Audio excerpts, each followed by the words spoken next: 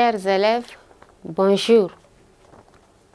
Bien, aujourd'hui, nous allons voir une leçon de grammaire qui a pour titre le genre et le nombre des noms. À cet effet, chers élèves, préparez vos écritoires et cahiers pour la prise de notes. À la fin de cette séquence, vous serez capable de définir ce que c'est que le genre ou le nombre d'un nom. Bien, chers élèves, si vous êtes prêts, soyez attentifs maintenant pour suivre le texte. Texte. Le building de Mursal est plus élevé que la maison du peuple. Les écoliers et les écolières sont fiers des nouveaux bâtiments de leur école. Je reprends. Le building de Mursal est plus élevé que la maison du peuple. Les écoliers et les écolières sont fiers des nouveaux bâtiments de leur école. Voilà. En titre, nous avons parlé du genre et du nombre. Donc, maintenant, nous avons des noms ici dans ce texte. Donc, nous avons des noms tels que le building de Mursal, la maison du peuple, les écoliers et les écolières, des bâtiments. Vous voyez? Donc, tout ça, ces noms sont précédés par des articles définis ou indéfinis. Donc, et nous avons dit dans notre leçon précédente que les articles ont pour fonction de déterminer le nom, le genre du nom. Donc, qu'est-ce que le genre d'un nom? Le nom peut avoir tout simplement deux genres. Le genre féminin et le genre masculin. Tout comme il a également deux nombres qui sont le singulier et le pluriel. Bien. Quand est-ce qu'on doit reconnaître qu'un nom est du genre féminin ou masculin? Un nom est du genre féminin quand il est précédé par des articles tels que la, vous voyez, la, une. Là, on sait que ce nom est au féminin.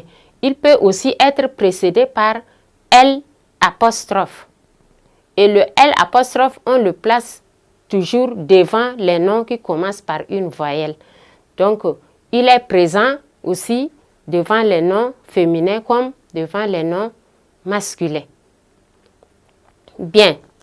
Donc, maintenant, on reconnaît le nom grâce à l'article, le déterminant qui le précède.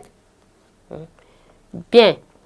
Le nom peut être du genre masculin quand il est déterminé par l'article le, un et L apostrophe. Par exemple, ici, on a dit le building. Ça, on sait tout de suite que building est un nom masculin. Et quand on a dit la maison du peuple, ça veut dire que la maison, le nom maison ici, est un nom féminin. Donc, maintenant, si nous voulons voir le nombre, les noms au singulier, eux, ils sont précédés par le 1. Et on a toujours le L apostrophe qui accompagne. Mais les noms qui sont au pluriel sont précédés par les et des. Vous voyez? Les et des.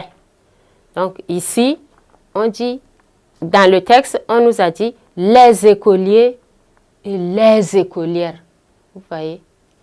Donc c'est pour dire que ces noms-là sont au pluriel. Les écoliers, c'est au pluriel. Les écolières, c'est au pluriel. Et ils sont fiers des nouveaux bâtiments de leur école. Des nouveaux bâtiments. Vous voyez? Donc, le nom bâtiment est au pluriel. On veut parler de plusieurs bâtiments. Donc, c'est ça ce qui va nous amener à définir que le nom a deux genres et deux nombres. Les genres sont le féminin et le masculin.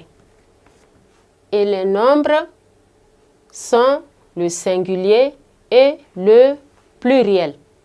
Donc, c'est l'article qui définit le genre ou le nombre d'un nom. C'est ce que nous venons d'expliquer. Ainsi, devant un nom féminin, on place les articles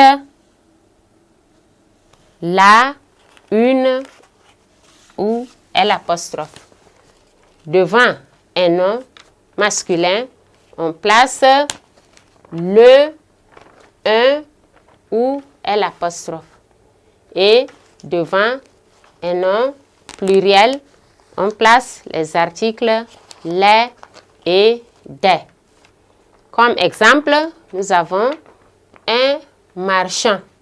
Ici, c'est un nom masculin et on a mis l'article 1. Une marchande. Une marchande, ici, c'est un nom féminin. Et on a placé l'article